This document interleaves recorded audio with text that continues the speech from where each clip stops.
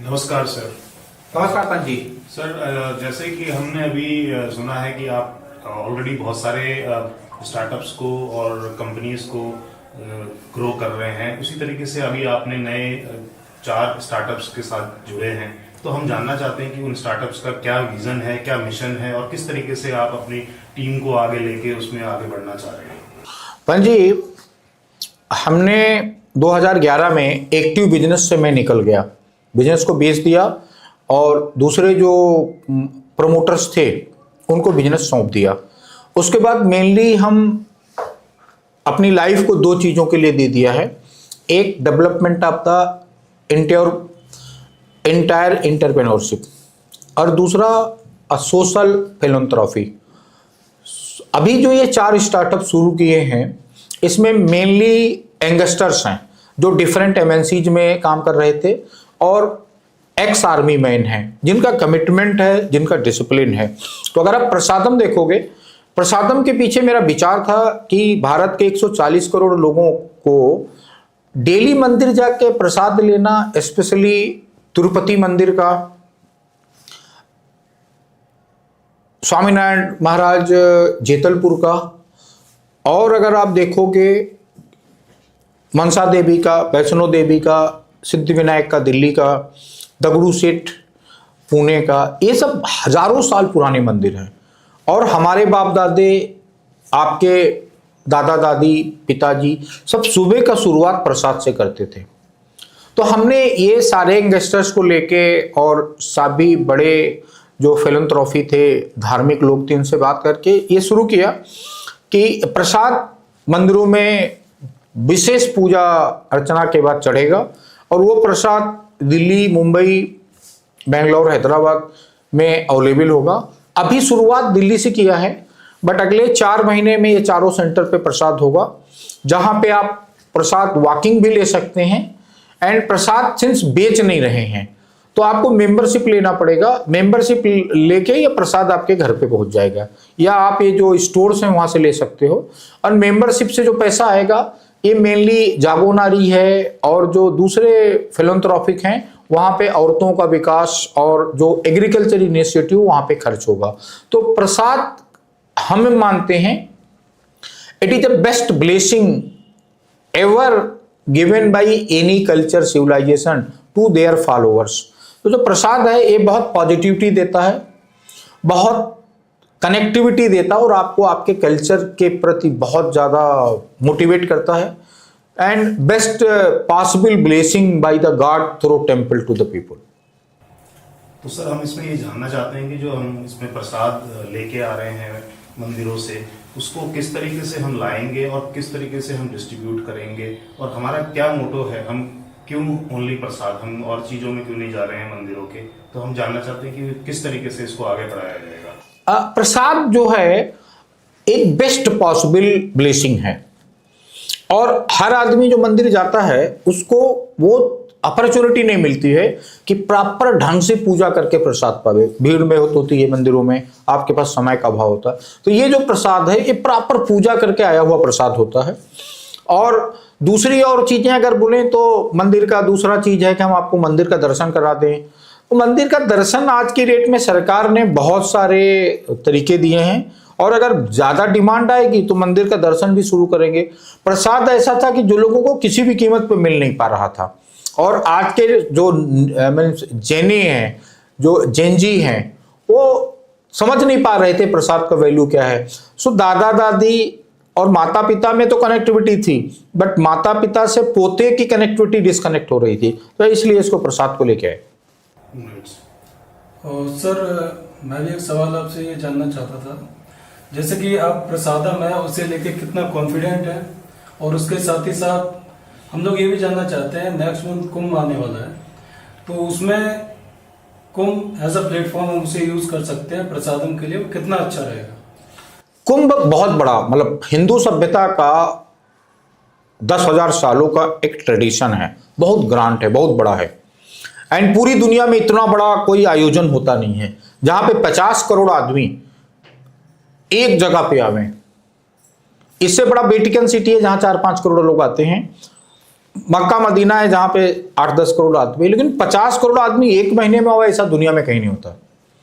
तो बहुत बड़ा ग्रांट है। प्रसादम की जो टीम है वो अपॉर्चुनिटी तलाश रही है। प्रसादम की team first week of January Kumbh जा रही है। वो लोग आके जैसा रिपोर्ट देंगे उसके हिसाब से हम कुंभ में अवेलेबल रहेंगे। बट ये पूरी तरह से, क्योंकि अभी लॉन्च किए 1 महीना ही हुआ है, कुंभ बहुत बड़ा इवेंट है, तो अगर हमारी टीम कॉन्फिडेंट होगी कि वो हैंडल कर पाओगी तो हम कुंभ में अवेलेबल रहेंगे। जी।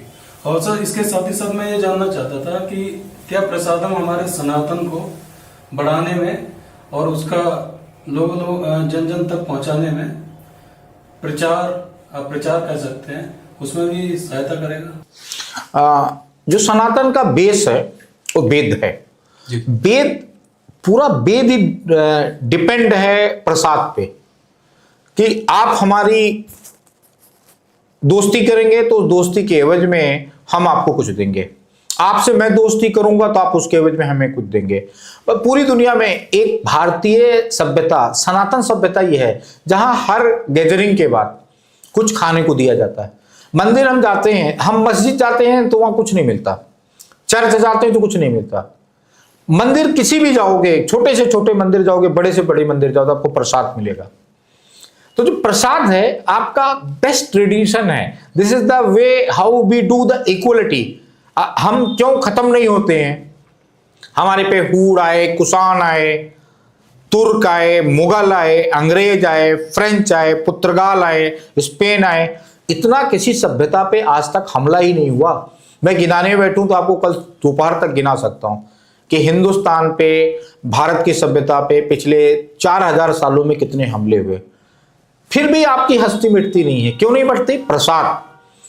आप कहीं भी जाएंगे तो एक गिलास पानी, एक मिठाई का टुकड़ा, मंदिर जाएंगे तो प्रसाद। एंड प्रसाद में इतना विश्वास है लोगों का, बिना जान पहचान के अगर कोई आदमी बोलता है ये प्रसाद ले लीजिए तो सामने वाला दोनों हाथ लगा के लेता है।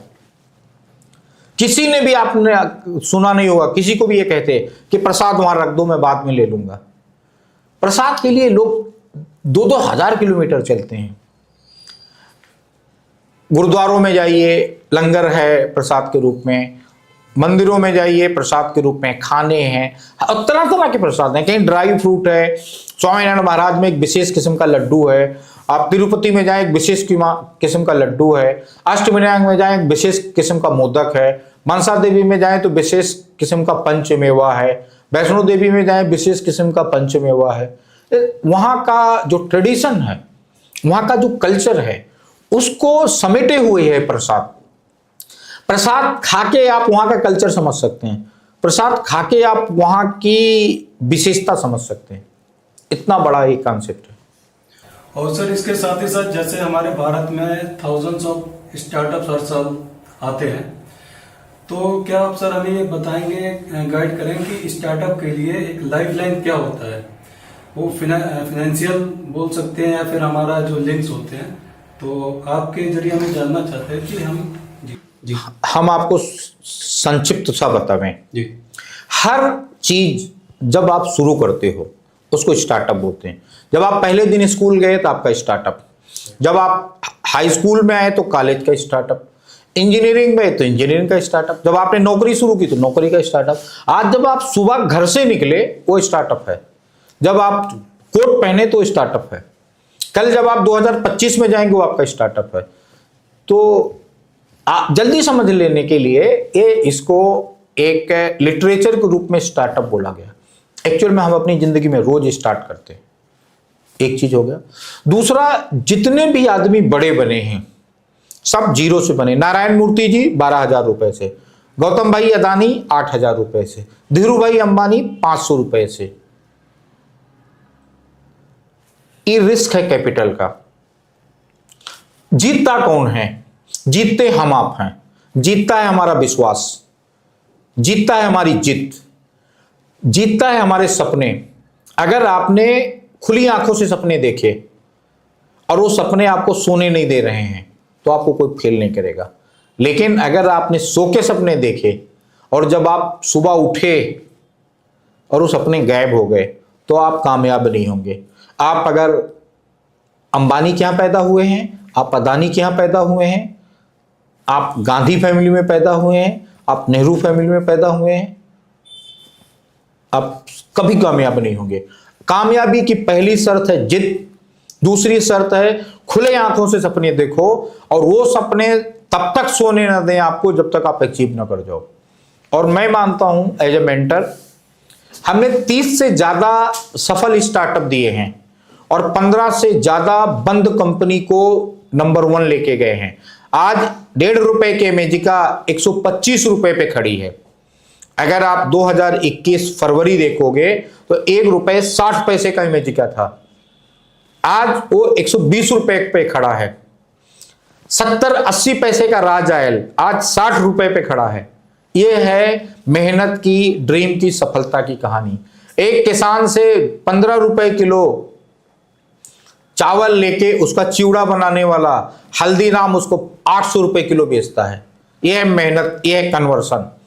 हर आदमी को हिंदुस्तान में मालूम है कि चावल से ही चिवड़ा बनता है, कोई रॉकेट टेक्नोलॉजी नहीं। हम आप कल से शुरू कर सकते हैं, लेकिन विश्वास सिर्फ हल्दीराम को है, बीकानेर को है, बाकी 140 करोड़ लोगों को विश्वास नहीं है।